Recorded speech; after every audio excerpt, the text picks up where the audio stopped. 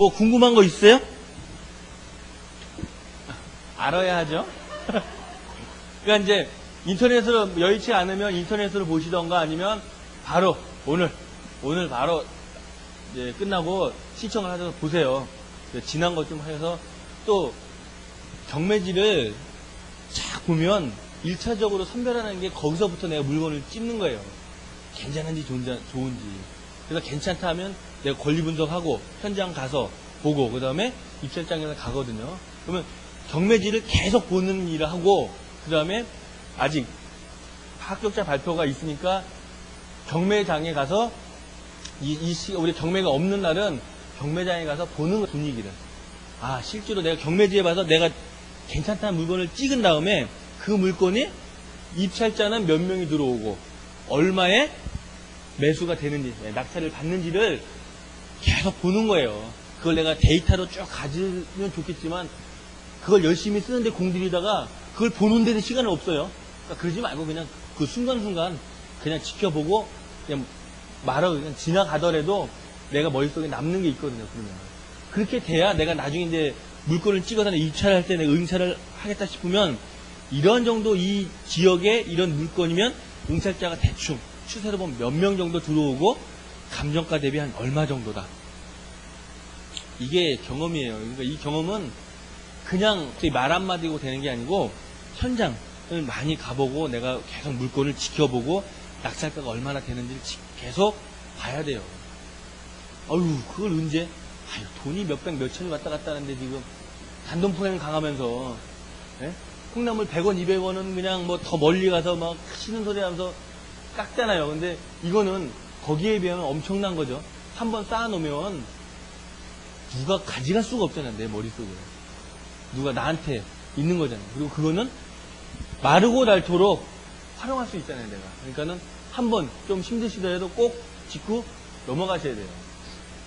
그 다음에 이제 지금 이제 하려는 건 우리 주택임대차보호법하고 상가임대차보호법을 다 할 수는 없으니까 주택임대차보호법의 대항력에 대해서 이제 잠깐 언급을 하려고 그래요. 대항력. 그러니까 우리가 이제 민법이나 우리 중개법령 실무에 주택임대차보호법에 대해서 많이 배웠잖아요. 근데 그거는 이론적인 부분이고 여기 이제 배당과 주택임대차보호법이 여기 없을 겁니다 지금. 네, 그리고 저는 쓰는 걸 싫어해서 여러분들이 뭐 이렇게 막 쓸만한 것도 안 해요. 또 그냥 여기 보시고 듣고 흘리고 웃고 즐기고 그러면 땡이에요 그냥. 네. 그러면 제가 하나 부탁한 거 있죠? 경매 정보지든 아니면 여의치 않으면 인터넷 홈페이지 들어가서 꾸준히 이 물건이 어떨지, 이 물건은 얼마에 낙찰 받을지 이것만 하면 돼요. 그 어려운 거 아니죠? 특별히 신경 쓸 것도 없어요. 그냥 심심하거나 졸리실 때 하면 돼요. 뭐 직장 하시거나 뭐 해서도 집에 뭐 테레비 볼 시간에 하루에 한 30분만 투자하시면 돼요. 처음엔 좀 시간이 오래 걸리고 보다 보면 한 물건 보는데 한 1, 2분도 안 걸려요. 저는. 왜냐면 지역마다 이 시세가 머릿속에 딱 들어있잖아요. 대충 번지수만 보면 위치가 대충 떠오르고 거기 지금 전세시세 매매가 여기 지금 나온 거 얼마 지금 들어가야 될지 안 들어가야 될지 그런 것들을 하다 보면 때로는 1차에서도 들어가요. 1차가 뭐예요? 감정감 그대로 나오잖아요. 때로는 3차에서도 안 들어가요. 이거 경험이에요. 그 지역에 내가 훤히 뚫어 있어야 돼요. 뚫어 있어야 돼요. 잠깐 먼저 예를 들면 저번 달에 저저번 달인가 요 두개동 대진 아파트가 하나 나왔어요. 감정가 9천 20평 9천 이거 얼마 20평에 20평 20평 비쌀까요 쌀까요? 예?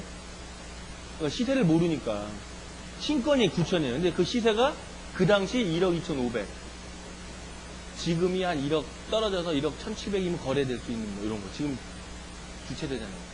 거기 북에 또 그 사거리 거기에 보면 우길 아파트 있고 옆에 대동, 대진, 그 다음에 뉴서울 있잖아요. 그 앞에 삼산 택지개발지구고 그리고 온수역에서 지금 구청역까지 어떻게 돼요? 7호선이 연장되고 그러니까 언뜻 보면 지금 이제 오래됐는 그렇다고 재건축이 되기에는 아직도 멀었고 그러면 9천이면 비쌀 거 이런 게 이제 내가 그 지역의 정세를 얼마나 잘 아냐? 모르냐의 차이예요. 3명 응찰해가지고 내가 이걸 1억에 샀단 말이에요. 그러면 1억 지금 1,700이라도 1억 1,000 들어갔어요. 비용 다 하고. 그럼 700 남았어요. 700. 1억 700이면 가능하겠죠. 좀 떨어져도 여기는 더 갖고 있어도 돼요.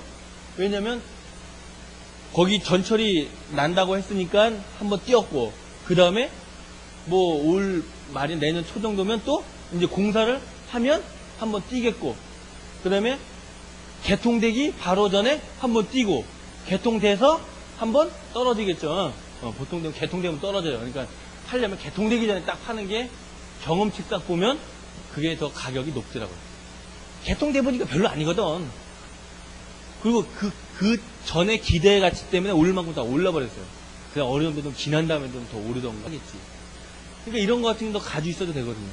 그럼 아파트가 이런 물건이 그 당시 잘 없었는데 3명 들어왔단 말이에요. 3명. 아는 사람이 그나마도. 인천은 의외로 경매 전문가들이 많은 편이에요. 부천에 비해서 인천은 많아요. 인천의 땅덩어리가 서울보다 더 커요. 아시죠? 인천 땅덩어리가. 인천 부천만 하면 또 부천은 뭐예요 지금? 부천은 지금 막 또 혈안이 돼서 낙찰 받는 게 김포 땅, 아파트. 아파트 최고 경쟁률이 높은 게 김포 땅이에요. 김포 땅은 뭐 저번 달만 해도 20명 넘게 들어온 것도 있고, 땅이. 그쪽은. 땅을 하면 부천 지원을 가야 되거든요. 그러니까 이런 거 같은 경우는 내가 노하우가 있어야 돼요. 꾸준히 경매지를 계속 보고 내가 이 지역에 잘 알아야 돼요. 그래서 제가 아까 뭐라 그랬냐면 내가 살고 있는, 내가 잘 아는 지역 위주로 보는 거예요. 나머지는 권리 분석이나 이런 것만 보는 거지 그 물건이 좋은지, 권리 분석만 해서 깨끗하다고 그 물건이 좋다고 말할 수는 없잖아요. 어떻게 경쟁력이 있어야죠.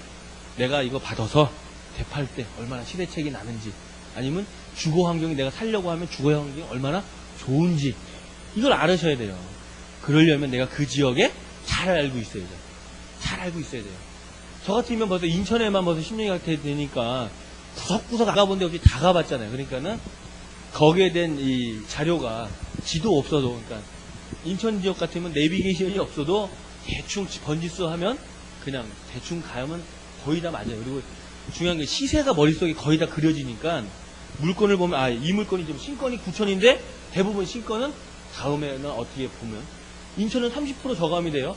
30% 저감하면 다음번에 얼마예요? 그러면 다음 달에 만약에 이게 요번 달에 진행이 됐어요. 그러면 이제 이게 다음 달에 진행이 돼야 되잖아요. 예? 그러면 한번 요번 달에 사람들이 못 봤어요. 그래서 이게 유찰됐네. 유찰돼가지고 다음 달에 신매각이 나오죠. 그건 이제 옛날에 신경매인데 지금은 새매각 참. 그건 이제 새매각이라고 바뀌었어요. 저도 용어가 헷갈려요. 근데 우리는 뭐 시험 보는 게 아니니까 뭐 신경매도 좋고 재매각도 새매각도 좋고 알아들으면 되죠. 예, 중요한 게 우리끼리만 커뮤니케이션만 되면 돼요. 시험이 아니니까 이거는.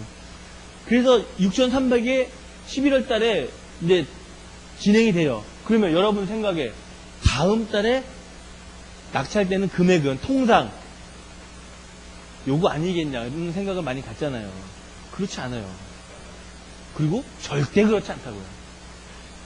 수익률만 나면 오히려 내가 만약에 이걸 이번 달에 1억에 낙찰 받았다.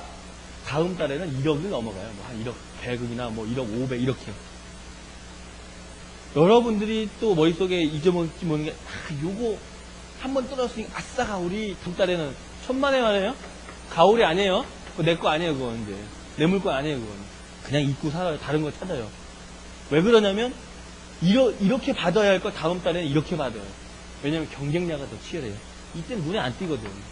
1억 그 당시 호가는 1억 3천 갔어요. 1억 3천. 그게 6,300이라고 생각해봐요. 눈에 불을 켜지. 나만 있는 게 아니거든요. 경매정보지 나만 보는 게 아니거든요.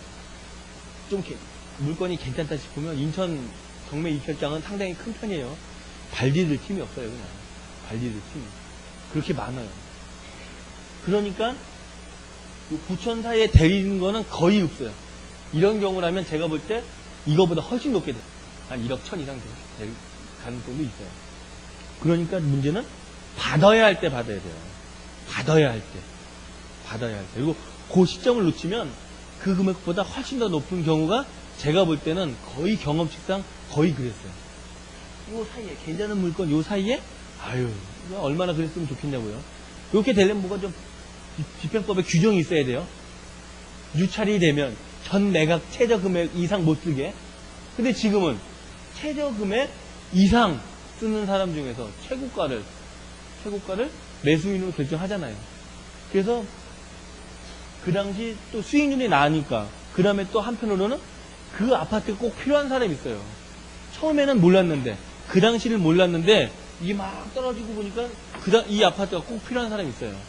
내가 그 근처에 꼭 집을 살려고 한 사람들이나 아니면은 거기 단지 안에 있는 사람이나 전에는 못 봤는데 보고 있어요. 그런 사람은 좀 더 높게라도 산다고요. 나랑 경쟁이 안 되죠. 나는 들어가 살려는 사람하고 나는 그걸 다시 되팔려서 차익을 노리려고 하는 사람하고 나랑 안 맞잖아요. 가격대가 안 맞죠. 응찰하려는 응찰 가격이 안 맞잖아요. 그 사람은 들어가 살려는 사람은 마인드가 등기비라도 남으면 그냥 낙찰을 받지 뭐. 등기비면 어디냐. 그렇죠. 어디에요? 한 5, 600 만약에 번다. 1년에 셀러리맨이 5, 600 모을래 봐요. 버는 게 아니라 쓰고 나서 저축을 하려 봐요. 이게 쉬운 일이냐고요. 부동산이니까 이렇게 편하게 얘기하지. 그 셀러리맨이 월급장에서 이게 벌으려고 그래 봐요. 이게 뭐 애들 가리키고 모으려 봐요. 이게 쉽나. 절대 그렇지 않으니까 그런 5, 600원 고다고 3, 400 굉장히 심할 때는 300 이렇게만 가도 들어와요. 그냥. 특히 우리 가정주부 애 얻고 하는데 300이면 우리 남편 2달치 월급인데 어디냐. 나는 600 보고 들어가는데 이 아줌마는 300 보고 들어가요. 맨날 뒤통수만 맞는 거지 않아요.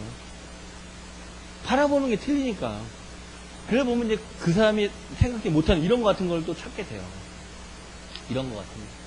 하나를 또 덜을 예를 들면 예전에는 이 상곡동 현대아파트가 있죠. 거기가 이 중앙난방에서 지역난방으로 바로 이 전에 그 공사 바로 직전에 경매가 진행된 게 있어요. 근데 그날 상곡동의 현대아파트가 31평인가 그렇죠. 거기는 하나는 8층, 하나는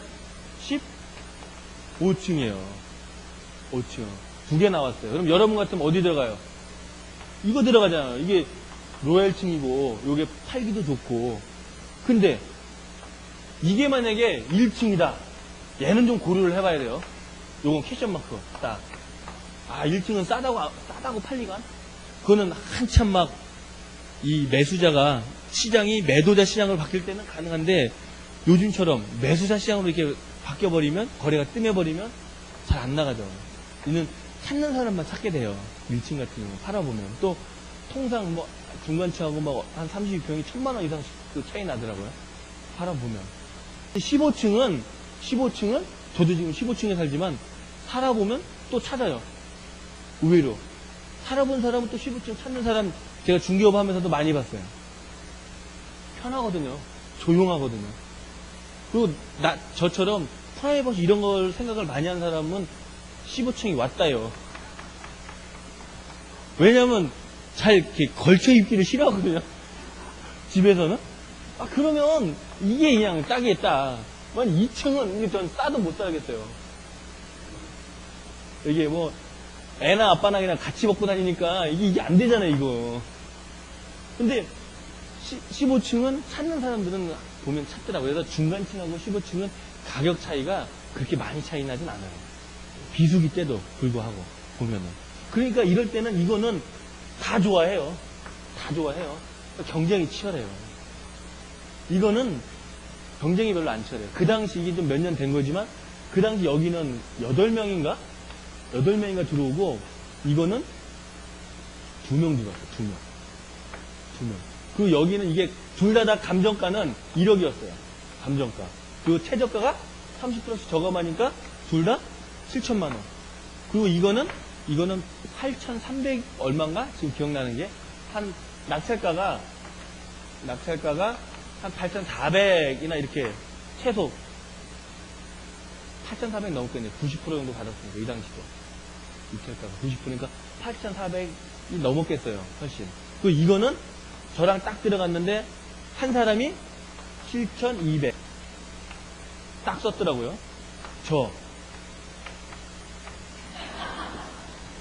환상적으로, 예, 기가 막히게 딱 했어요. 그러면, 만약 이게 지금 8,400, 90%, 이게 90%면 9,000이에요, 9,000. 그 당시 통상 90%의 낙찰을 받았거든요. 9,000에 받느니, 좀 싸게 팔아도 해도, 이게 훨씬 낫죠? 훨씬 나요. 이거는 책에 나와 있고, 책에 언급하기가 어렵더라고요. 제가 써보니까 이게 안 되더라고요, 책에. 이게 잘. 근데, 이런 게 여러분에게 아주 필요하고, 이게 돈인 거죠. 이런 게.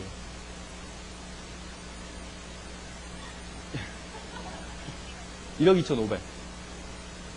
1억 3천 갖다가 뚝뚝뚝 좀 떨어지고, 뭐, 그때. 왜냐면 이것도 전화위복이라고 항고를 했는데요. 제항고. 항고하면 좋은 게, 보증금 10%밖에 안 내죠. 그게 한 8, 9개월 됐어요. 예, 근데 시세는 그냥 막 올라가는 거예요. 그러니까, 냅둬, 그랬죠, 뭐. 난 10%만 놓고, 1억짜리가 1억 2천 되고 막 이래요. 10%만 놓고. 명도가 길어지면 안 되지만, 항고는 10%만 놓으니까. 그다음 그 IMF 이후로는 계속 올라갔잖아요, 그냥. 그러니까 그냥 아싸가 오르죠. 그리고 이거를 이제 법무사한테 대출을 받아야 될 거 아니에요. 돈을 이만큼 다 놓으면 저로서는 현명한 일이 아니잖아요. 7천이면 몇 개 잡게요? 이 당시? 네? 몇 개 잡아요? 네? 한 몇 개 잡을까요? 7천이면 30평 아파트. 예? 열 몇 개요? 어떻게 그렇게 나와? 32평 아파트면 보통 뭐 해도 대출이 90% 나오거든요. 그러면 한 5개나 6개 정도 잡을 수 있어요. 90% 대출을 받으니까. 그러니까 이거를 그냥 다 누릴 일이 없죠. 이거를. 우리는 이 대출을 잘 활용해야 돼요. 대출을 잘. 그게 지렛대 힘이잖아요. 그 지렛대 원리로 대출을, 그리고 아파트야 괜찮지만 만약에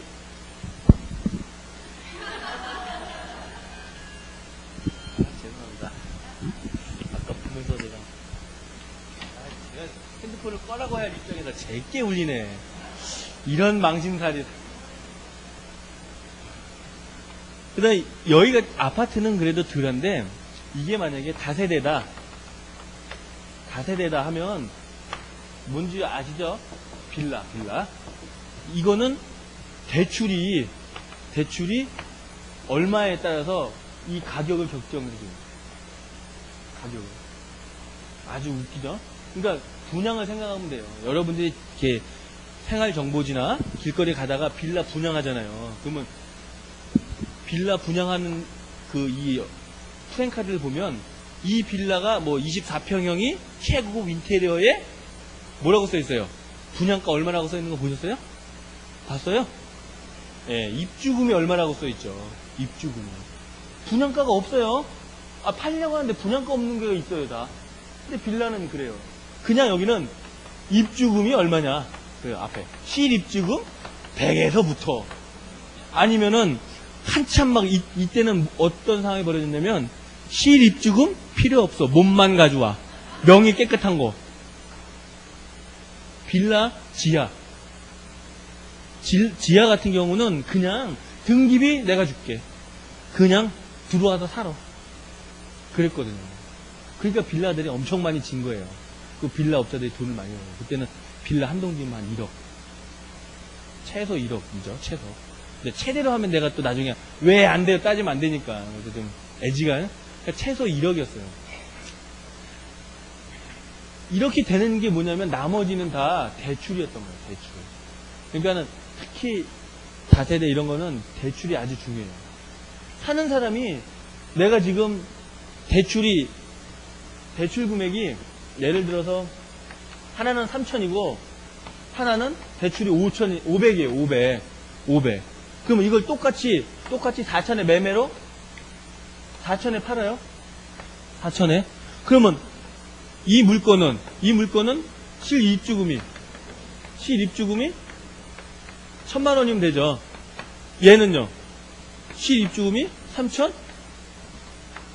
그러면 실입주금이 3,500 있으면 빌라 안 사죠. 빌라 안 사요. 아파트 사지. 좀 허름한 거라도. 그렇게 되는 거예요. 1,000만 원이면 이런 아파트 만약에 매매가 4천이면 이거 내가 1,000만 원 있으면 월세 1,000에 뭐 30, 40 이렇게 들어오잖아요. 그러니까 누가 빌라를 사냐 그러잖아요. 그럼 이 사람은 지금 나 앉을 수는 없잖아요. 예를 들어서 애가 둘이에요. 딸 하나, 아들 하나. 부모님, 양가 부모님 모시고 살아요. 그러면 방 한 칸에 살 수 없잖아요. 방 2칸 안에도 살 수가 없잖아. 방 3칸은 돼야 되잖아요. 3칸은. 그러면 3칸짜리 얻으려면 뭐 보증금 1,000에 월 최소 3, 40. 지금 이자는 싸죠. 그러면 이게 4천이 아니라 5천, 6천도 사요. 이자 내느니, 월세 내느니 이자 내고 마는 거예요. 그러니까 다세대가 분양이 되는 거예요. 야, 저거를 실제로 가봐요. 분양가가 장난이 아니에요. 아파트만큼 비싸요. 근데 들어간 입주금이 작으니까 그 사람 입장에서는 월세 사느니 차라리 낫거든요. 쉽게 말하면 이런 거예요. 아까 제가 몸만 와 그랬죠. 어차피 베린 몸 갔어요. 근데 이자를 못 냈네. 경매되죠. 그럼 나 아는 사람으로 해서 전입시켜요. 그럼 얼마 벌어요? 지금 같으면 그게 3,200 이상 낙찰 받으면 1,600 최우선 변제 받죠. 땡년 한 푼씩 들어와서 그냥 분량 하나, 어차피 우리 식구 망가졌는데 네가 요번엔 내가 분량 걸리고 다음에 네가 하나 걸리면 되는 거죠. 1,600 벌죠. 이런 일이 없어요? 있었어요. IMF 때 막 망가지고 어려운 분들 당장 지금 집에 앉게 길거리에 나앉게 생겼는데 들어가야 되잖아요. 이렇게 돼요. 그러니까는 문제는 뭐냐면 누가 이런 걸 하겠냐 하지만 다 있어요. 그래서 대출은 그만큼 그래서 중요해요. 보면. 그래서 또 경매가 그래서 메리트가 있는데 그냥 받으면 별 매력이 없어요. 좀 아까 했듯이 정보지를 보는 게 제가 볼 때는 제일 좋더라고요. 해서 이런 것들을 여러분께서 여러분 나름대로 노하우를 쌓아야 돼요. 계속 지켜보면 당연히 몸에 체득이 돼요. 저런 거 어떻게 돈 주고 사는 게 없잖아요, 저런 거. 저한테는 이렇게 얘기를 들어야지. 하다 보면 이제 요즘같이 이제 입찰이 많지 않고 물건이 IMF 때는 많은 물건이 막 대거 쏟아졌어요. 그럼 이런 경우도 있어요. 한 사건에 물건이 여러 개가 진행이 될 수 있잖아요. 그쵸?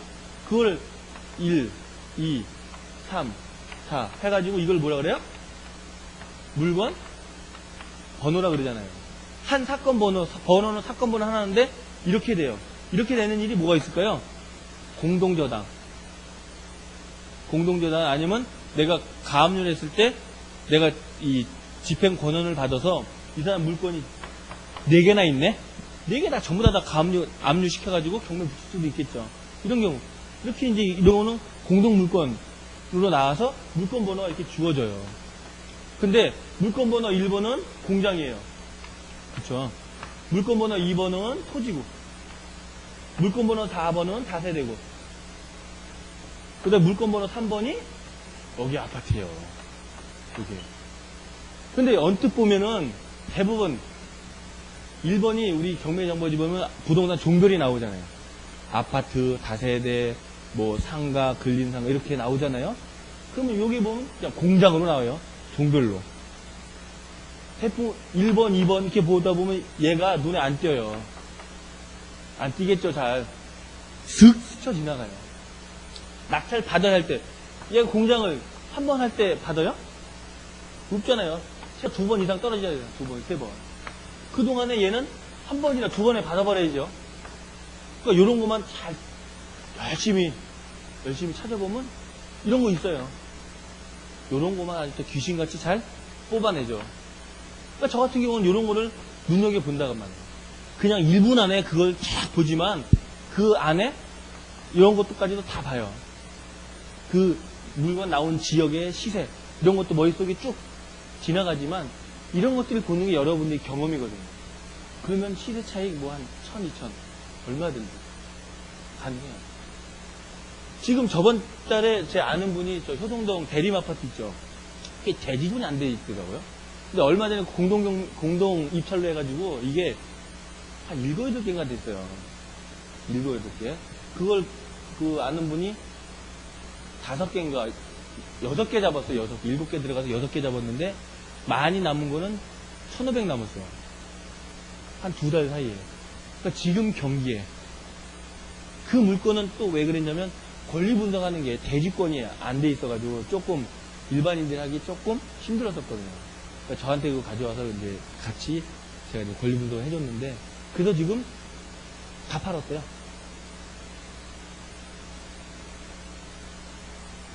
아, 양도소득세? 내야죠, 내야지, 당연히. 근데 양도소득세가 크게 2가지잖아요. 과세 표준으로. 예? 그 다음에 뭐예요? 실거래 가격으로. 그럼 실거래 가격 우리가 경매로 구입한 건 딱 낙찰 허가 증명 띄면 나오죠. 그 다음에 파는 거를. 그러지. 잘 아시면 또 물어보고 그래야. 그런 거죠. 그러니까 이런 얘기를 할 때 공공연히 하면 또 이거 안 되잖아요. 그러니까는 이 부분 우리가 다운계약서 하는 것도 그런 거잖아요, 사실은. 그러면 오히려 이거보다도 내가 원하는 만큼 줄일 수가 있죠. 거꾸로 내가 한 1,000만 원 벌으면 한 50만 원 내고 싶으면 얼마 써야 돼요? 한번 역계산을 하면 되잖아요. 아, 그러면 요 정도. 그래서 안 내는 사람도 많은데 좀 내면은 사실 크게. 그리고 한 사람 앞으로 하는 게 아니라 여러 사람으로 이렇게 하죠. 또 여러 사람 하는 것 중 하나 양도소득세도 있지만 요즘에는 대출이 안 나와요. 대출이 한 사람이 2개를 받아버리면 안 나와버려요. 하나만. 그 다음 게 대출이 안 나와요. 그리고 아파트가 요즘에는 50% 나오기가 힘들어요. 대출이. 지금 추세가. 물어보니까 은행이 대출해줄 돈이 없대요. 대출해줄. 그러니까는 100억, 은행에 예금이 100억 들어왔는데 대출이 뭐 110억. 이렇게 됐대요. 대출이 오버돼버린 거예요. 이거 회수해야 될 판이래요. 그러니까는 가급적이면 대출을 안 해주려고 그래요. 제가 아는 은행 지점장분한테 물어봤더니 당분간은 그렇다고 그래요. 그래서 지금 시점으로 보면 대출이 아파트 같은 경우 한 50% 잡으면 되고 빌라는 좀 아까 LG가 나면 안 해주려고 그랬는데 빌라 같은 이런 건 안 해주려고 그러겠죠. 당연히 빌라는 특히. 그러니까 그런 것도 잘 보셔야죠. 그러니까는 저도 그런 게 경매를 제가 하게 된 가장 큰 이유는 내 노력으로 내가 원한 만큼 얻을 수 있다는 게 가장 큰 경매의 장점이었던 것 같아요. 그러니까 IMF 같은 그런 급박한 상황이 아니고는 사실은 내가 입찰해서 낙찰을 받는 동시에 거의 수익률이 결정되죠. 미니멈이에요. 왜냐면 IMF 한번 떨어지고 나서부터는 떨어진 적이 없잖아요. 계속 오르잖아요. 근데 요즘에 주춤하고. 그러니까는 계속 지금 시점으로 내가 봤으니까 이 수익률은 확보되고 여기서 내가 몇 달 동안에 오르면 플러스 알파예요. 그거를 다른 사람의 노력이 아니고 내 노력으로 그냥 내가 죽이 되든 밥이 되든 그냥 내가 알아서 난 요만큼만 남을래 하면 요만큼만 남는 거예요. 그냥 딱. 근데 주식은 그게 안 되잖아요. 내가 딱 이만큼만 남을게. 그러면 이만큼만 남냐고요. 반면에 또 이만큼만 까먹은 사람이 있잖아요. 경매는 그냥 다 이만큼이에요. 또 손해본 사람도 있죠. 그건 이 사람이 이만큼 벌어서 이 사람이 이만큼 손해보는 게 아니잖아요. 그냥 이 사람 잘못 때문에 그런 거예요. 그게 가장 큰 경매의 장점인 것 같아요. 내가 입찰을 들어갔을 때 이만큼 수익률을 보면 내가 그만큼 보는 거예요. 못 보면 나의 잘못이에요. 내가 권리 분석을 잘못하거나 시세 파악을 잘못하거나 물건 분석을 잘못한 거예요. 남 탓할 게 없어요. 그러니까 내가 한 만큼 대가를 받는 거죠. 저는 그런 걸 원하는 거거든요. 살아가면서 보면. 근데 그렇지 않은 게 많잖아요. 근데 주변에서도 보면 이 주식하면 그냥 쌍술도 말리려고 하는데 그래도 하더라고요. 그래도 하고 그래도 또 까먹고 그래도 번전 생각해서 또 하고 그래서 이제 망가지면 오셔요. 오셔가지고는 나 요거밖에 없는데 이걸로 좀 돈 좀 벌어야 된다고. 있을 때는 다 까먹고 너만 돼서 근데 그거 갖고 이제 열심히 해야죠. 그래서 가장 큰 매력이 경매는 그런 것 같아요. 외부의 영향 없이 내 노력으로 내가 원하는 만큼 할 수 있는 거. 여러분들도 집착해서 하면 얼마든지 가능해요. 그런 부분에. 자, 그럼 이제 이 주택임대차보호법의 이 대항력에서 저번에 그때 잠깐 했었는데, 자, 우리 주택임대차보호법의 대항 요건은 우리도 잘 아시지만 인도하고 전입이잖아요. 전입. 그러면 이 다음날 대항력이 발생을 하죠. 그러면 이 대항력이 발생을 하면 실제로 경매에 관해서는 어떤 효과가 있냐면 크게 저때 할 때 제가 두 가지라고 그랬어요. 하나는 뭐라 그랬죠? 이게 하나는 기준 권리보다 이 대항력이 앞서면 어쩌세요? 낙찰자에게 인수를 시킬 거냐 안 시킬 거냐, 낙찰자가 인수하지 않아도 되느냐, 이거예요. 실제로 제일 중요한 게. 그러니까 낙찰자 인수 여부 기준은 이거 기준 권리에 의해서 기준 권리보다 대항력이 먼저 발생을 하면 그거는 일단 낙찰자가 인수해야 된다고 봐야죠. 기준 권리보다 이 세입자의 대항력이 후순이면은 우리 입찰자 입장에서는 신경 쓸 필요가 없죠. 그럼 기준 권리는 뭐예요? 기준 권리는 저당, 근저당, 그쵸? 가압류, 그 다음에 압류, 그 다음에 담보, 가등기, 그 다음에요 전세, 원도 기준 권리일 수 있죠. 그 다음에 또 뭐 있어요? 그거 없잖아요. 전세권은 기준 권리. 그러니까 전세권이 다른 저당이나 이런 거보다도 맨 선순위잖아요. 얘는 단서가 있어야죠. 단 배당 요구를 했어야죠. 배당 요구를 안 하면 전세권은 매수인이 인수하는 거예요.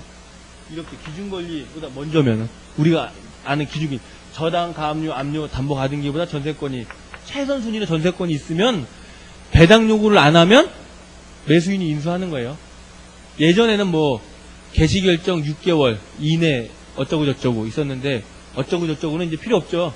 이제 경매에 나오는 것들이 전부 다 신민사집행법의 적용을 다 받았다고 봐도 뭐 무리가 없으니까 그거는 잊어버리셔도 괜찮을 것 같아요.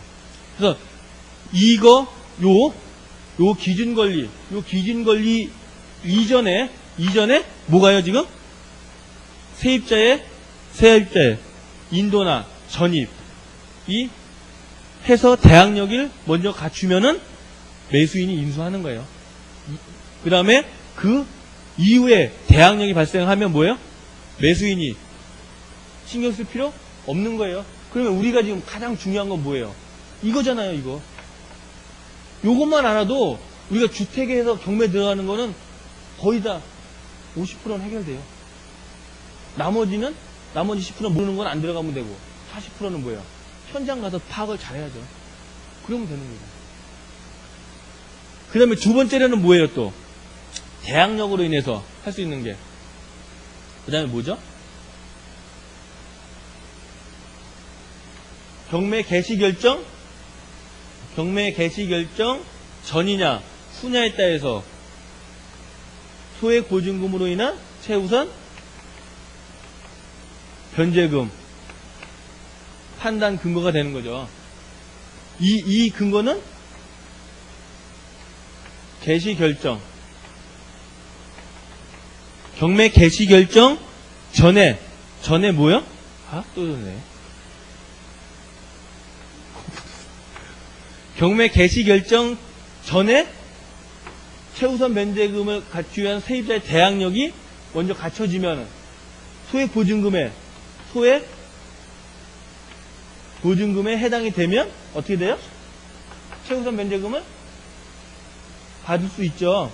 그리고 소액 보증금에 해당이 되는데 개시결정 이후에 대항력을 취득하면 최우선 변제금에 해당이 없어요. 대항력을 판단할 때 경매에서는 제일 중요한 게 이 두 가지예요. 우리가 이론적으로 뭐 집을 사고 팔 때 매수인은 매도인의 지위를 승계한 것으로 보고 뭐 이런 것들은 실제로 경매에서는 별 중요한 게 아니잖아요. 경매관에서는 이게 제일 중요해요. 그 다음에 최우선 변제금을 받으려면 언제까지 하라고요? 경매 개시 결정 전에 대항 요건을 갖춰야 돼요. 실제로는. 경매 개시 결정 전에. 그 다음에 확정 일자는 언제까지 갖춰야 돼요? 확정 일자는 언제까지 갖춰요? 기간이 있나요? 네, 기간은 없어요. 갖출 수 있을 때까지 다 갖추면 돼요. 근데 실무적으로 보면 내가 확정 일자를 배당 요구를 해야 되잖아요. 배당 요구를 하게 되면 뭐 해야 돼요? 세입자의 전세계약서 4번, 주민등록 등본, 권리신고 및 배당 요구 신청서 이렇게 3개가 필요하잖아요. 실무적으로. 그러면 4번을 첨부해야 돼요. 권리신고를 하려면. 그럼 4번에 없으면 안 되잖아요. 찍어 오라 그래요. 그러니까 배당 요구 하기 전까지는 실제로 가져야죠. 이후로는 의미가 없잖아요. 의미가. 실제로는. 그래서 담당 계장도 확정일자가 없으면은 확정일자 받아오라 그래요. 그리고 법원에 있잖아요. 등기소에 확정일자 받아올 수 있고. 그리고 요 부분들이 확정일자하고 지금은 거의 이제 확정일자 안 받은 일이 없잖아요. 왜냐면 이제 전입할 때 동사무소 확정일자를 다 받아주니까. 근데 이런 생각을 한번 해보자고요. 이 확정일자를 계약서에 받은 거하고 안 받은 거하고의 경매에서 어떤 차이가 있을까? 한번 그런 생각을 해보지 않았나요? 우리 공부할 때. 어떤 차이가 있을까요? 예? 최우선 변제? 그래요. 우선 변제를 받을 수가 없죠. 우선 변제를 받을 수가 없어요. 근데 이런 경우 매각 낙찰 금액이 5천만 원이에요. 5천만 원. 그 다음에 그 저당이 3천만 원이고, 그 다음에 세입자가 전세금이 2,500이에요. 이거 배당을 하려면 우리가 알고 있듯이 1순위 세입자 만약 이게 그 최우선 변제금을 생각하지 말고 그냥 배당만 해보자는 거예요. 지금 여기에 있던 최우선 변제금 하지 말고 확정일자하고 없는 거를 지금 하려고 하니까 생각하지 말고 배당을 하면 확정일자부 우선권을 배당을 하게 되면 저당이 1순위죠. 낙찰가가 5천원이니까 저당 3천만 원. 그 다음에는 세입자죠. 네? 세입자죠. 그러면 세입자 2천. 그러면 확정일자를 받으면 이때 확정일자부 우선 변제권이 발생을 하잖아요. 근데 확정일자를 끝끝내 안 받았어요. 그럼 어떻게 돼요? 예? 예, 일반 채권으로 넘어가는 거예요. 그럼 어떻게 해요? 소유자를 상대로 전세금 반환 청구 소송 하든지 해서 집행 권한을 받아서 압류해야 돼요. 그래서 들어오는 거예요. 그러면 확정일자 하나, 도장 하나 꿍 받고 안 받고가 이럴 때는 엄청나게 틀린 거죠. 소송을 하나 하고 안 하고를 줄이는 거예요. 실제로 이 확정일자가 이런 효과를 아주 제대로 잘 배우셨습니다. 왜냐면 그런 거를 이 마인드가 없는 사람들도 많거든요. 그런 생각을 잘 안 해본 경우도 많고. 그러니까 실제로 경매에 있어서는 확정일자가 그 차이예요. 그러니까 받고 안 받고가 상당히 중요하고, 배당을 할 때는 담당 계장이 찍어 오라 그래요. 실무적으로는. 근데 굳이 구분을 한다면 이런 차이가 있어요. 안 받으면 그냥 계장이 그냥 이 사람 2천만 원 안 해줘요. 그냥 공탁 해줘요. 그리고 네가 해서 찾아가던가 말던가. 확정일자를 받으면 해줘요. 개시결정 이후에 받았더라도 어차피 없잖아. 네. 만약에 이게 세입자가 2,500이 아니라 1,500이다. 그러면 여기 1,500 주고 얼마 남아요? 500. 이거 어디 가요? 네. 소유자한테 가야죠. 그건 그런 거예요. 그래서 이 경매에 있어서 대항력의 부분은 실제로 크게 이게 두 가지 이 부분이에요. 그러니까 이것만 알면 나머지 배당에 관련된 거는 나중에 시간을 갖고 제가 설명을 드리겠지만, 여러분들이 제일 의문이 나는 거는 내가 이 물건을 받았을 때 세입자의 전세보증금을 내가 물어줘야 할지 말아야 할지를 판단하는 거잖아요. 그 판단은 여기서 이제 끝났네요. 간단하잖아요. 권리는 생각보다 간단해요. 더 어려운 것들이 들어가면 뭐예요? 안 들어가면 되는 거니까. 신경 쓸 필요 없어요. 그 집합 건물에 있어서 더 어려운 거는 그렇게 많지 않아요. 아까 제가 효성동 대림 아파트 같은 경우는 그게 대지 지분이 안 나왔으면 어려운 게 뭐냐면 내가 어떤 자료를 보고 그 물건을 조사할지를 모르는 거예요. 그냥 등기부등 등본을 띄면은 토지 별도 등기 있으면 이렇게 나와요. 그럼 뭘 볼까? 그걸 알고 모르고 차이예요. 더 많은 지식을 알고 있느냐 모르고 있느냐가 아니라 별도 등기가 있을 때 별도 등기는 어떻게 내가 무슨 서류를 띄어서 봐야 하는지. 예전에 전산화가 되지 않았으면 토지 등기부 초본을 보면 됐고 지금 전산화가 됐으니까 우리가 집합 건물이니까 뭘 띄어요? 등기부 등본을. 건물 띄잖아요. 그러면 그 등기부 등본 토지를 떼보면 나와요. 토지에 대해서 왜 토지 별도 등기가 나왔는지. 간단하죠? 간단해요. 그런 거예요. 별거 아니죠. 여러분과 저의 차이가. 그렇게 생각하면 오산이죠. 저 지금 한 지가 몇 년인데. 왜냐하면 그러면 또 자만하시고 그러다 보면 실수하게 돼요. 사람이 이게 자만하면 실수하게 돼요. 꼭 보면. 그래서 꼭 경매에 있어서 돌다리도 두들겨 가고 내가 육안으로 서류로 확인만 하면 실수할 게 없어요. 이 자동차 운전도 처음 초창기 때는 큰 사고 안 나잖아요. 한 1년 지나야 사고 나면 대형 사고죠. 이것도 사고 났다 하면 대형 사고가 의외로 많아요. 경매 정보는 이제 봐보세요. 그러면 20%짜리가 의외로 많아요. 그게 다 권리에 문제가 있느냐? 거기에 80% 이상은 그냥 잔금을 못 냈을 뿐이에요. 보증금 20%짜리도 보면은. 그럼 그 중에 한 20%가 정말로 권리 분석을 잘못한 거예요. 뭐 공유지분을 내가 착각해서 들어왔다든지 그런 것도 여러 번 봤어요. 이렇게 세입자의 기준 권리가 대항력에 앞서는 걸 모르고 들어왔다든지 이런 것들이에요. 보면은.